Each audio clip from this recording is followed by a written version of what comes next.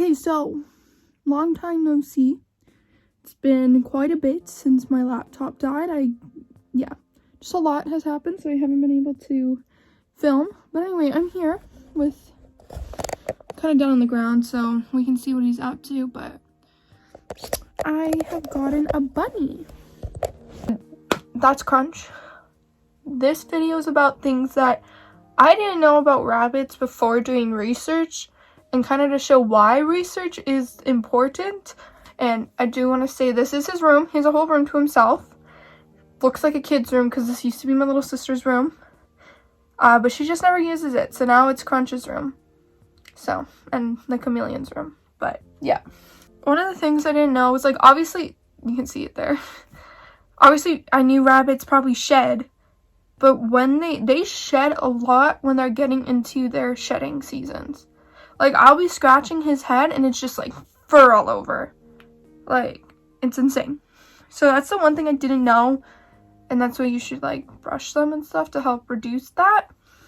Also, if you get, like, I think they're called lion head bunnies, you're supposed to brush them every day because they have such big fur. Another thing I didn't know is how soft their feet are.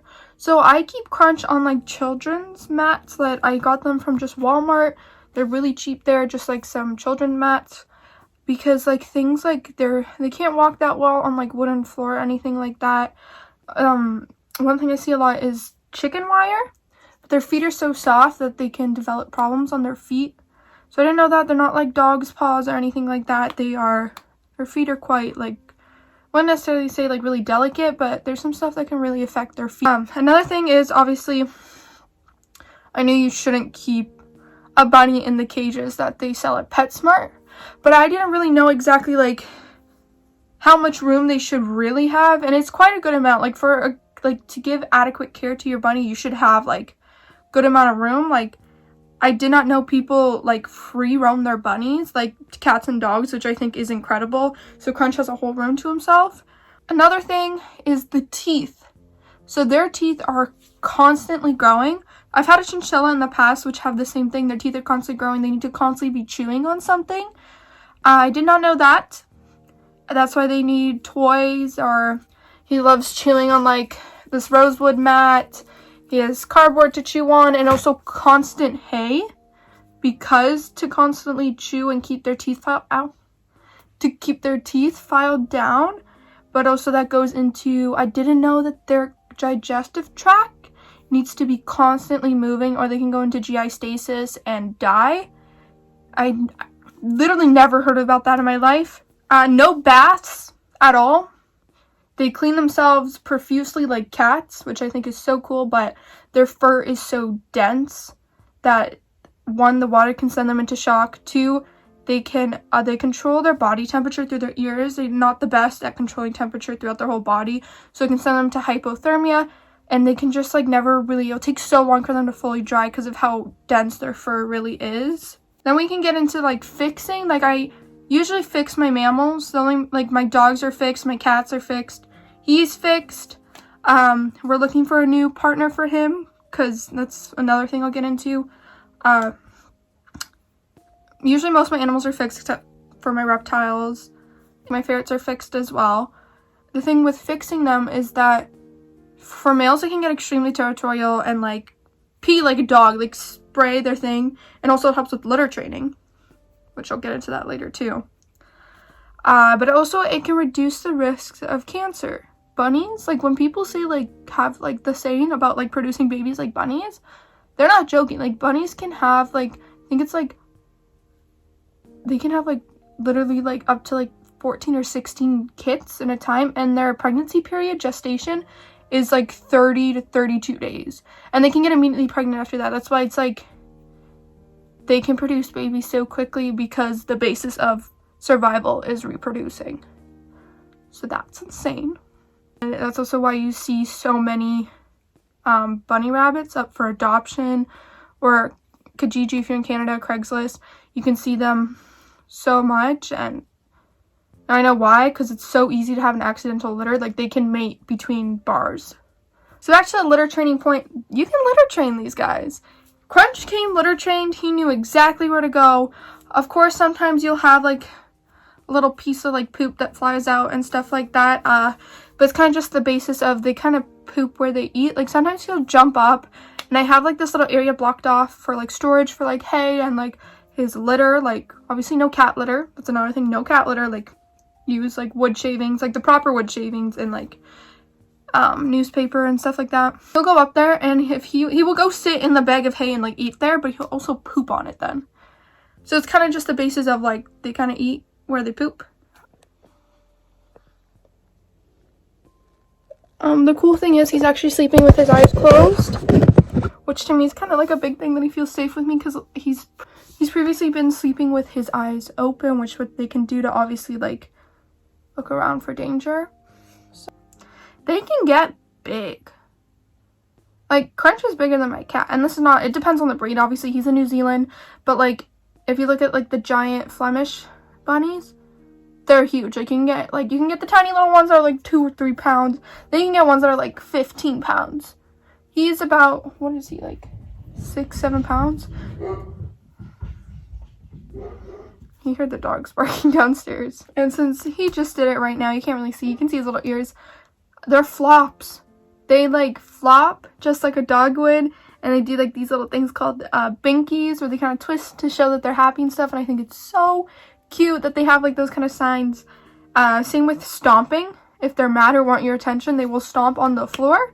Like the other day I was playing Animal Crossings in here, and Crunch came up to me, he was kind of like nudging me. I was like, hi Crunch, like petting him, and then he starts stomping. He's like, I want attention. So that's so cute. They are extremely smart. Like they're intelligent animals.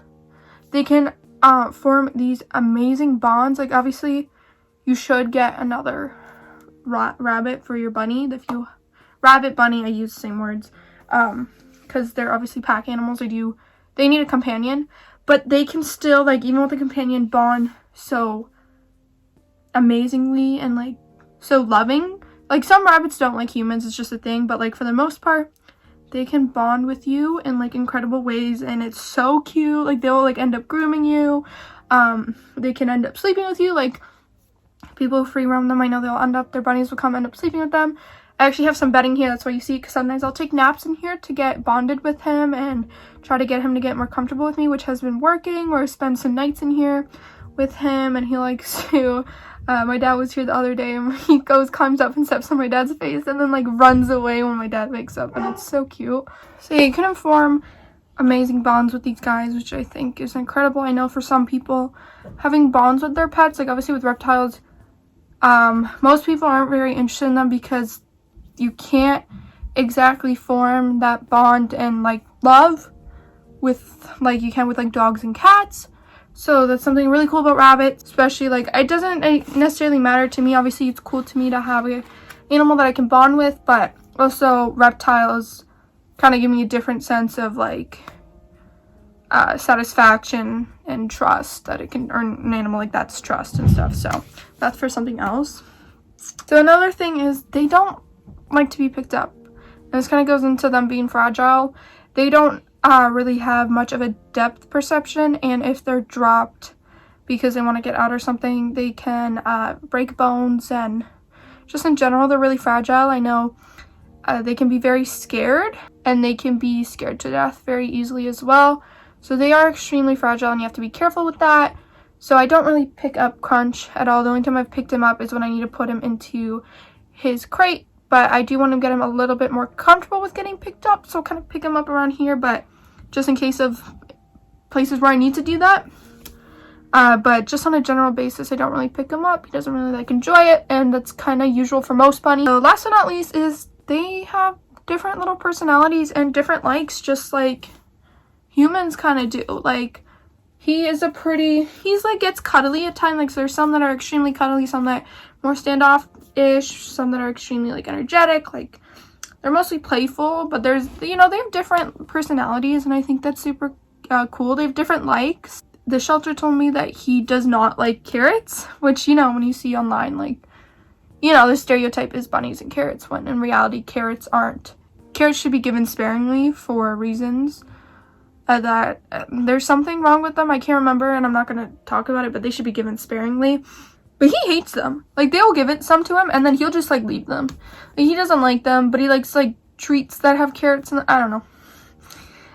But he loves herbs, like basil, parsley, like things like that. He loves it, so I always get him like these little like things he can chew on with like herbs in them, or I have a sack of hay right here right next to me that has like little bits of herbs and stuff like in them for him to try and find. So he loves stuff like that, and that's also like they need to be mentally stimulated because of how smart they are. Hi, me here again editing. I forgot to also state that rabbits are by no means easy as they may sound. They do require a lot of care, and they're definitely not for children by any means. I really don't think any animal is exactly for children, but just please know, like, they do require quite a bit of care, and they can be destructive. Back on the personality thing, some love to bite walls or wall boards or cables. Crunch really likes cables, so I've had to cable-proof the whole room he's in, and he still has gotten into some of my cables at first. So just know that rabbits are destructive because they like to chew on everything for their teeth and stuff, so just know that as well.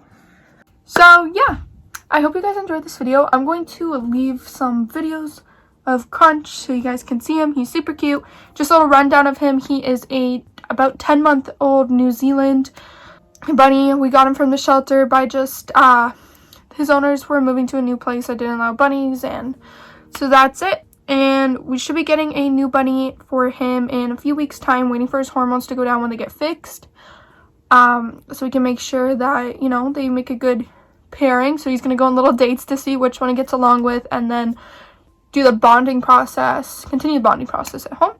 But yeah, so thank you guys for watching, and I'll see you guys then. So roll the clips of Crunch being cute. Bye, guys.